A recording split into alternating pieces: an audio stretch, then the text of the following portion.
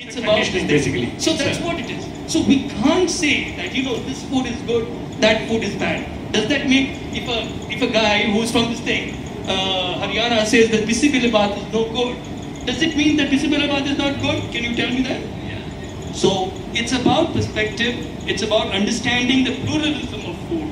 That's important. It's the diversity of food that is important. It is about understanding the different things. And it is also about, in every country in the world, there's been progress. Japanese food, Korean food, Burmese food, or for that matter, Latin American food, everything has progressed, including Indian cuisine, and they have to do so. Okay, I got a knock from the organizers that we may be running short of time.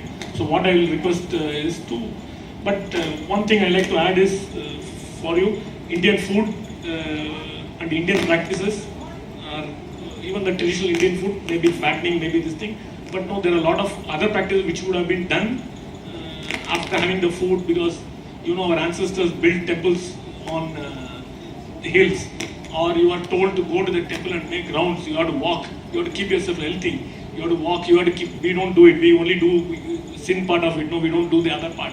So it's very debatable that what we can do. I think Vikram and organizers also knocked me out saying that we're running short of time. This debate can also happen off the venue, so we'll continue this thing, but I will give a chance.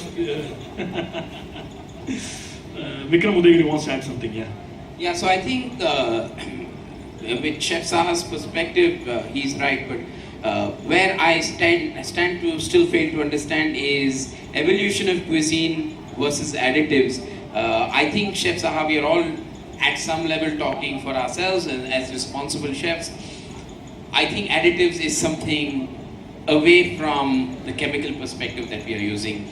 Just wanted to add that. And of course, like he said, we do have various natural chemicals which are used in food, and there is progression. Yes, I mean, we talk about organic food today. The earth takes close to 8 years to be certified organic. So that's the kind of chemical infusion that we are seeing at that level. Of course, yes, there is a lot of infusion of these chemicals at various stages, but I think with most hotels and restaurants, at least of the kinds that you probably would interact with today, being responsible, I think we stand void of using any of those. So I honestly don't feel that needed to be brought up. Anyway, okay. I will end at that. Okay. Chef Aruna, you want to add a quick word? That's okay. Chef Rana, you have a quick word. Well, this debate is going to be endless. I know this debate can be endless. Quick word. Small. See, let the guests decide. If the progressive Indian food has been widely accepted, so why not let's move it towards that. So all the restaurants which has been recognized and they are going ahead. So it becomes our responsibility to take Indian food to the next level. So I really appreciate Chef Shah and Chef Aruna that they have given us a good knowledge of hands. Okay, I'll leave the debate to the audience now.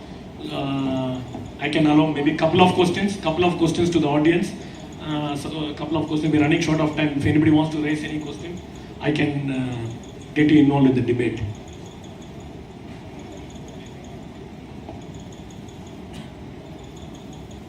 Yeah, you talked about fusion cooking and introducing West Indian cuisine to the West and kind of, ending up with something that's fusion and making Indian cuisine more acceptable. Now, in marketing, there is a famous quote which says that don't sell the beef, sell the steak. Now, if you have to market Indian cuisine, how would you align it with the Western culture so that it's more easily acceptable?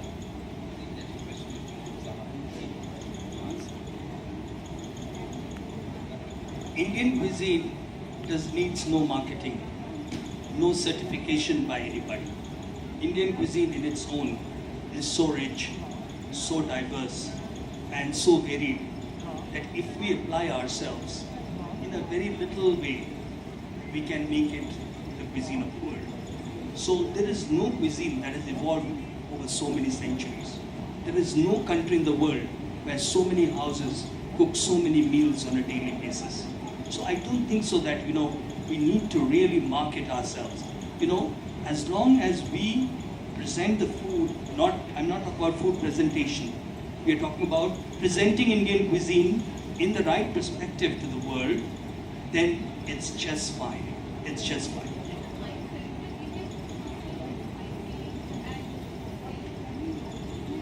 It's true to a certain extent. And this, again, I bring this fault to the chefs who have been doing things in a wrong manner. Because commercial Indian cooking is what all these things are all about. It is not the home Indian cuisine. I know that in every home, every mother cares for every drop of oil that is being used. And there are certain dishes which are very rich in every cuisine. And Indian cuisine is no exception.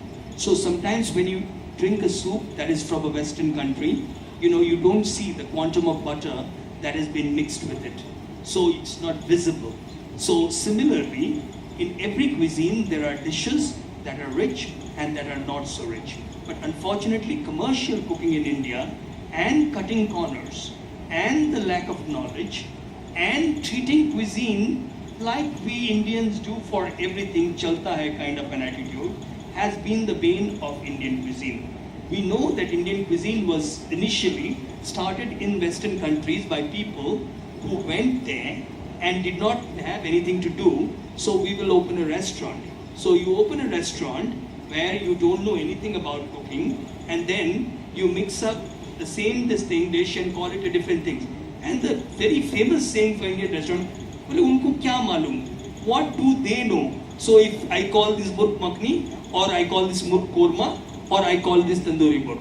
So that is what it is. We don't have to market ourselves.